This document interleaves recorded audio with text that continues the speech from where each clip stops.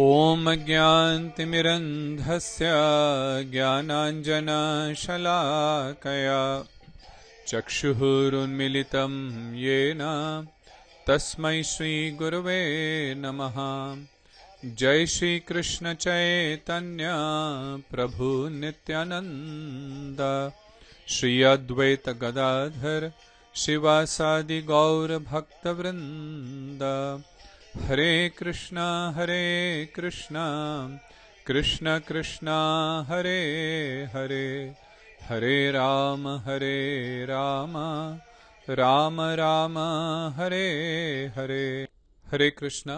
Srimad Bhagavad Gita chapter 16, Daiv Asur Sampad Yog, meaning Yog through discerning divine and demoniac qualities. Verses 1 to 3. Shri Bhagwan Uvacha Abhayam Sattva Sanshuddhihi Jnana Yoga Vyavasthitihi Danam damascha yagyascha swadhyaya tap arjavam ahimsa satyam akrodhaha tyagaha shantihi apaishnunam daya bhuteshu aloluptvam mardvam hri achapalam tejah kshama dhritihi shaucham adroho na atimanita Bhavanti sampadam devim abhijadasya bharata. Shri Bhagavan said, fearlessness, joyfulness of heart, becoming firmly established in the process of acquiring knowledge, charitableness, sense control, performance of sacrifice, scriptural study, penance, simplicity, non-violence, truthfulness, lack of anger, detachment from wife, sons and so forth, peacefulness, avoidance of fault finding, kindness to all beings, freedom from greed, gentleness, modesty, giving up the tendency to act whimsically, vigor, forgiveness, patience, internal and external cleanliness, and complete absence of hatred and conceit. These are the divine qualities, O Bharat, which manifest in a godly person who appears in this world at an auspicious moment. By the divine causeless mercy of Shri Gurudev, our Guru Parampara, and Shri Radha Govind Dev Ji, we have completed 15 chapters of Srimad Bhagavad Gita. Now by their divine mercy, we are starting the 16th chapter.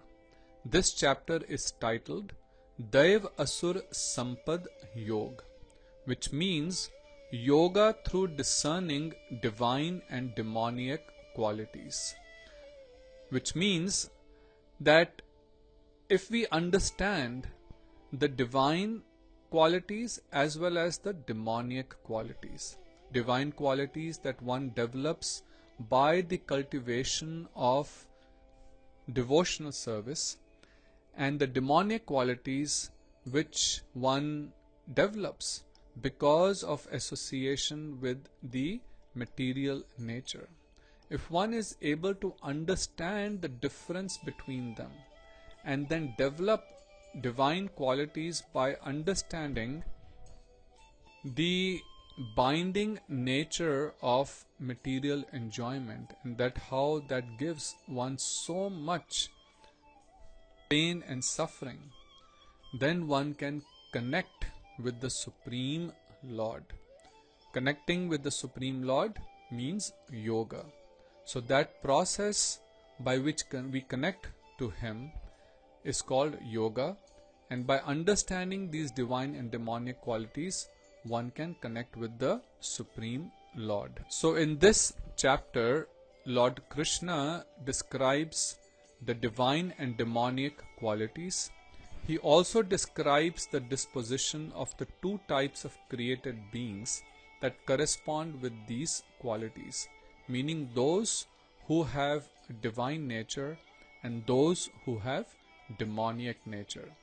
Sri Vishwanath Chakravarti Thakur states in the commentary that the first verse of the 15th chapter, where Krishna stated Urdhva Moolam Adha Shakham, where he described that very special banyan tree of the material world, which is upside down, meaning its roots are upwards and the branches are going downwards. So we had discussed this in great detail in the beginning of the 15th chapter. So while he described that tree, he did not mention its fruit. So in the present chapter, the Lord explains the fruits of this very special tree of the material world. These fruits are of two types. One that liberates and one that binds. Just like on a tree you may have fruits, one fruit is very sweet and very delicious, it's very nourishing, whereas the other fruit, because of being infected, may be very sour, and eating that fruit may cause you health issues. So similarly, this tree of material world bears two fruits. Taking one of those fruits, meaning taking shelter of the divine qualities, one becomes liberated, whereas one gets bound further in the material entanglement if one develops more and more of the demoniac qualities that Lord will also describe in this chapter. But the first 3 verses, the Lord is describing the divine qualities. He is describing that fruit of this material world that bestows liberation. Srila Gurudev states in the commentary that the divine and demoniac qualities and propensities that were described briefly in the previous chapter are now being explained in detail. So in the 15th chapter also, the Lord had described the qualities of a saintly person as well as the qualities of those who are very materialists, but he had described them very briefly. He is describing them in great detail now. And the reason for describing in detail is that we can then understand that who is divine and who is demonic. And then more than assessing others, we can do a self-assessment. See, this chapter, the qualities that the Lord is describing, this gives us a yardstick to see where do we stand. In the material world, we determine someone's progress based on how much wealth that person has accumulated, how much power that person has, how much fame he has, again all from a material perspective. But these are only as per the mundane calculation. In the real sense, our advancement is not of our material wealth, power or fame. The real advancement is if we make progress in spiritual life. And the more we progress spiritually, we develop these divine qualities that Krishna is describing. So to what extent we have developed these qualities actually determines how advanced we are. Srila Gurudev explains that being trapped in the network of Maya, persons of a demoniac nature take birth in various demoniac species of life, which results in misery and pain.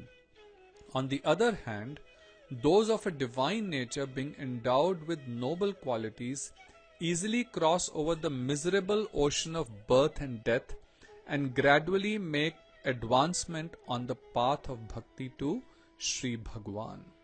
So, the destiny of those who have a demonic nature is different from the ones who have a divine nature. Sometimes it seems that people who have all the bad qualities seem to be enjoying a lot, they have a lot of power and wealth. But that's only because of some pious activities they may have done in their previous lives, some sort of charity because of which they have accumulated a lot of wealth. But now, being deluded by that wealth and power, they are engaged in all kind of demoniac activities, and this leads to complete erosion of their morality and degradation from a spiritual aspect, and this leads to great misery and pain even in this life and of course in the next life, because they take birth in lower and demonic species. But those who are of divine nature, they may face some troubles in this life externally, but in fact, because of their devotion, because of their transcendental qualities, they are on the path to liberation from this miserable ocean of birth and death. This miserable ocean, the sansar, the material world. So they make progress on the path of bhakti to the Lord and gradually become free from all kind of inauspiciousness as they develop the transcendental qualities more and more by the execution of devotional activities.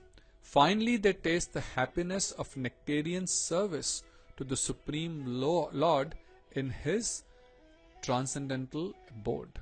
Such liberated persons never again fall into this material world. Krishna also states in Bhagavad Gita, Yat gatva na nivartante tadham paramam mama, that my transcendental abode is such that when once someone reaches there, he never then again falls back into the material world. So one who becomes liberated and attains the eternal abode of the Lord, he never again falls into the miserable ocean of birth and death. Shri Gurudev states further that the host of divine qualities mentioned herein can only manifest in exalted persons who take birth at an auspicious time from parents who have auspicious qualities and who underwent the Garbhadan Sanskar, the process of conceiving progeny according to Vedic injunctions. This is a very important point to understand, that child with godly qualities will only appear if the parents conceive the child in the right consciousness. In our Vedic scriptures, there are 10 different sanskars that are described, and one of them is called Garbhadan Sanskar, of how the child is conceived in the mother's womb. The main point there is that the parents should be in spiritual consciousness. The act of conceiving a child is a very important part of the life of the parents as well as for the child. It is not merely sense enjoyment. If one conceives a child just to enjoy one's sensual pleasures, then the child that is born will also have materialistic propensities. But if one follows the process of Garbhadan Sanskar and conceives the child in a spiritual consciousness, then the child will also have godly or divine qualities that are mentioned in this verse. This is the secret meaning of the word Abhijatasya, that Krishna is using in the above verse. So parents should not produce children as cats and dogs do. Shri Gurudev states that Sri Krishna himself has said in the Gita that he is that sex life which produces good children. Therefore, sex life is not forbidden, but when it is solely for sense enjoyment like that of the animals, it is of a hellish nature. Unfortunately, today, people have forgotten what the purpose of life is, what the purpose of marriage is, that how one should conduct one's life according to the scriptural principles. We are simply using our body and senses for material pleasures, for sensual enjoyment, and as a result, the progeny that is being created, the children that are born, have material propensities, and therefore we are seeing that there are so many problems today in the society. Neither do the parents nor do the children have any spiritual inclination, and such a society will ultimately progress towards a very disastrous situation. And we are seeing that happening today. And even though so many plans are being made to achieve peace, it is not happening. And the root cause of that is that we have forgotten the Vedic principles. We are not living our life as per the transcendental system described in the scriptures. Srila Bhaktivedanta Swami Maharaj states that those who are in Krishna consciousness should beget children so that they may become Krishna conscious after birth. This is in fact the foremost duty of the parents, to make sure that their children develop spiritual qualities. Otherwise, we are not doing any good to them. We are only pushing them towards hellish life. But if the parents are Krishna conscious and they bring their children up in a Krishna conscious environment, then the children will progress very nicely in spiritual life. They will develop all these divine qualities and do great good for the society. And this is how ultimately peace and happiness will come in the entire society. So if we want real solution to all the problems, then we should strive to become Krishna conscious. Shri Swami Maharaj states further in the commentary that the social institution known as Varnashram Dharma, the institution dividing society into 4 divisions of social life and 4 occupational divisions or castes, is not meant to divide human society according to birth. Krishna also states in Bhagavad Gita, Chaturvarnayam maya srishtam gun karma vibhagashaha, that I have created these 4 divisions of the society, but it is not based on birth. It is based on one's qualities and one's activities. So such divisions are in terms of educational qualifications, the activities of a person. So if one may be born in a Brahman's family, but if he likes to do business, then he is a Vaishya, not necessarily a Brahman. So whether one is a Brahman, a Vaishya, a Shudra, or a Kshatriya, that is not by birth. It is by one's qualities and one's activities. This way the society can be in a state of peace and prosperity. The divine qualities that Shri Krishna is describing in this 3 verses automatically develop in a person who has taken to the path of loving devotional service. In Srimad Bhagavatam, Prahlad, while offering prayers to Lord Nrsimhadev, says, Yasya asti bhaktihir bhagavati akinchana sarvahi gunai tatra samasate suraha harau abhaktasya kuto mahat guna manorathen asati dhavato bahi. If one has unflinching devotional faith in Krishna, all the good qualities of Krishna and the demigods are consistently manifest.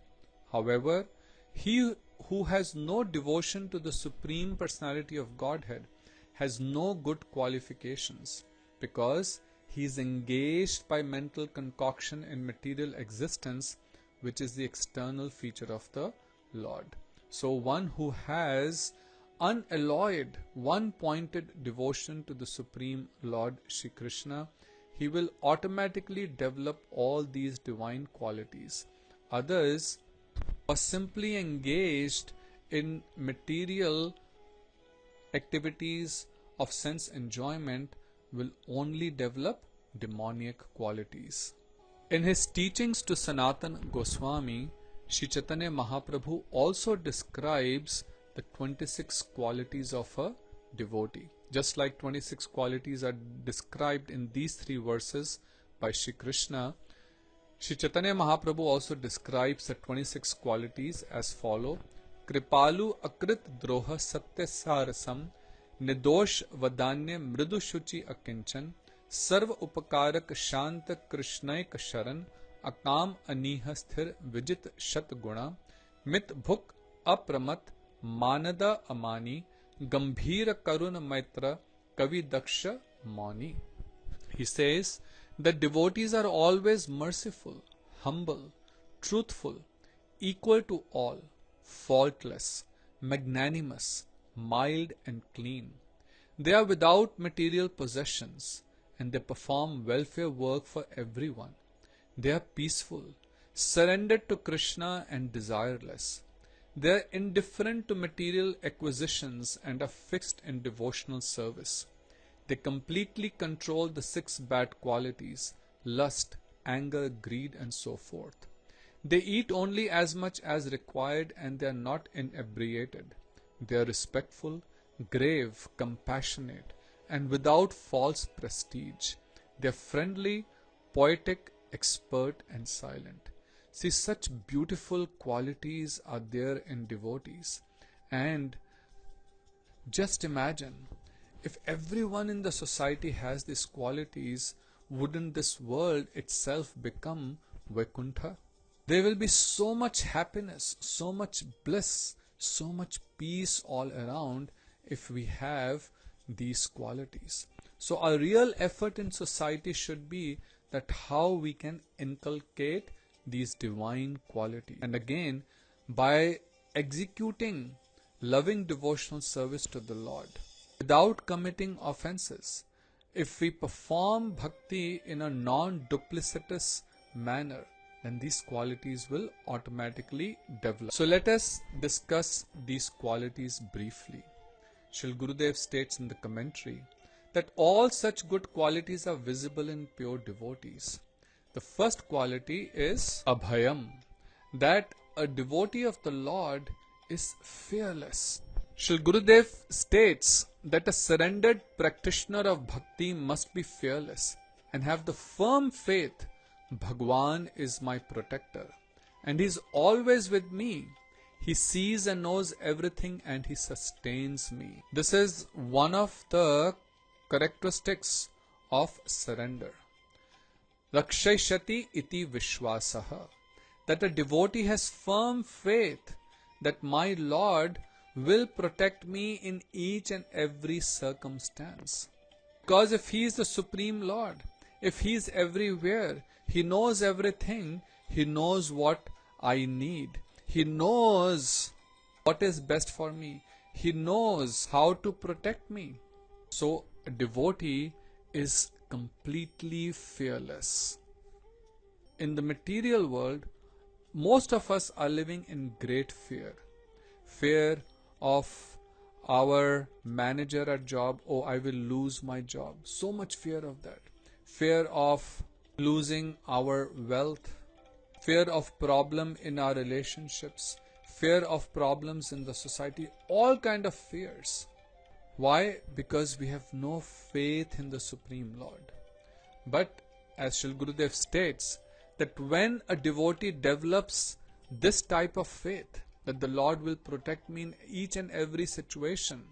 He remains completely fearless, wherever he may live, be it at home or in the forest. Prahlad Maharaj, Draupadi, the 5 Pandavas and Haridas Thakur are examples of this. You know how Prahlad was completely fearless of his very powerful demoniac father Hiranyakashipu. Even the demigods, even the Indra was so fearful of Hiranyakashipu that he left the heavenly planets and went and hid someplace out of fear of Hiranyakashipu. But Prahlad, even though he was just a 5-year-old child, had no fear of his demoniac father. Why? Because he had complete faith in the Supreme Lord. Similarly, Haridas Thakur, who was a great devotee of Sri Chaitanya Mahaprabhu, Sri Haridas Thakur remained fearless even while being beaten by low-class cruel persons in 22 marketplaces in Navadvip, which was then under the strict rule of fanatical Muslims. Why was he being beaten? Because even though he was a Muslim, he was chanting the holy names of the Lord. Hare Krishna, Krishna Krishna, Hare Hare, Hare Ram, Ram Ram, Hare Hare. And he refused to give up chanting of the holy name. So therefore, the Muslim ruler of that place ordered that he be beaten in 22 marketplaces. Typically, one cannot survive such cruel beating even for a few minutes. But even after hours and hours of being beaten, Haridas Thakur did not stop chanting. And after beating him, they threw him in the river Ganga. But he emerged from the current on the other side with a healthy body as before and returned to the small hut where he performed bhajan. This is the power of the holy name. This is the power of a devotee's strong faith in the Supreme Lord. And that's why the devotees are fearless. When the Muslim ruler and others saw this, they were amazed. Therefore, the sadhaka or practitioner of bhakti should always be fearless. The next quality Shri Krishna describes is sattva sanshuddhi. Shri Gurudev explains that this means the purity of the self. The conduct of one who practices bhakti is pure. In particular, those who are sannyasis means those who are in the renounced order, and those who are brahmacharis in the first order, who have taken a vow of celibacy and have given up home, wife and children, and have taken residence in a mutt. They should not keep intimate relationships with women. It is forbidden for them to joke with or even talk to a woman in a solitary place. Why? Because the senses are so strong that if one gives them even the slightest opportunity to engage in any form of sense gratification, they will slip away and in no time will completely bewilder the person. So those who are really serious about spiritual advancement should be very careful about this. Sri Chaitanya Mahaprabhu was very strict in this regard. This does not mean that he felt malice towards women in general. So this is an important thing to understand, that when our scriptures describe this type of strict behavior on the part of sannyasis and brahmacharis, it is not because of any malice towards the women, but it is more for the regulation of those who have taken up the renounced order of life.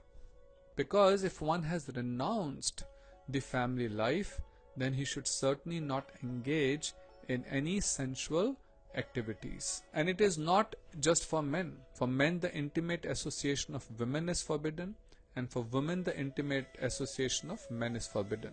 And that's the reason it is described or prescribed that one who cannot stay in the renounced order should marry as per the Vedic principles and should happily stay in family, husband and wife, stay together, bring up their children, and at the same time trying to make progress in devotional life.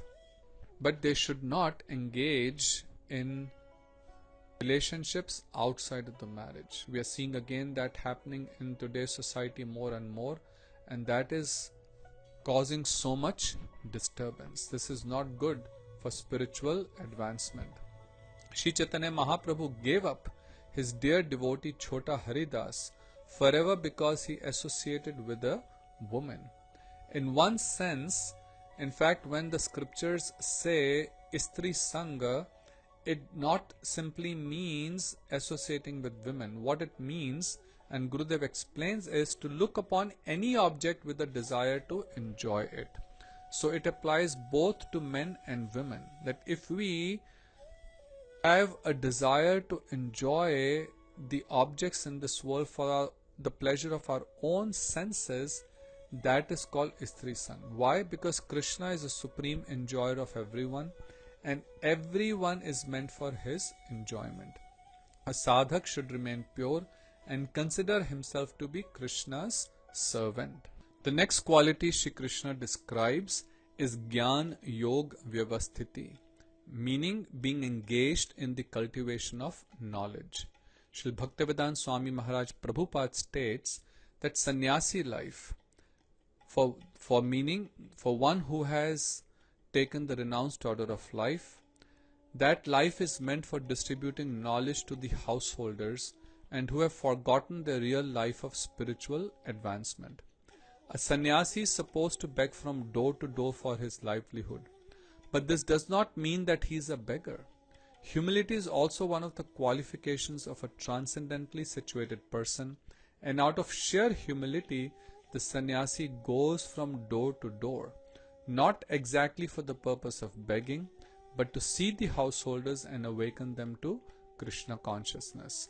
This is the quality of one who's truly renounced. He is not seeking money from others. Instead, he is going door to door to distribute transcendental knowledge.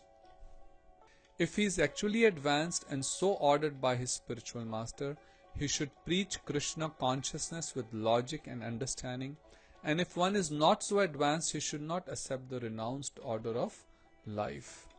But even if one has accepted the renounced order of life without sufficient knowledge, he should engage himself fully in hearing from a bona fide spiritual master to cultivate knowledge. There are many other qualities that Krishna is describing in these 3 verses. We will continue discussing them next time. Till then, Hare Krishna, Radhe Radhe, have a very blessed day.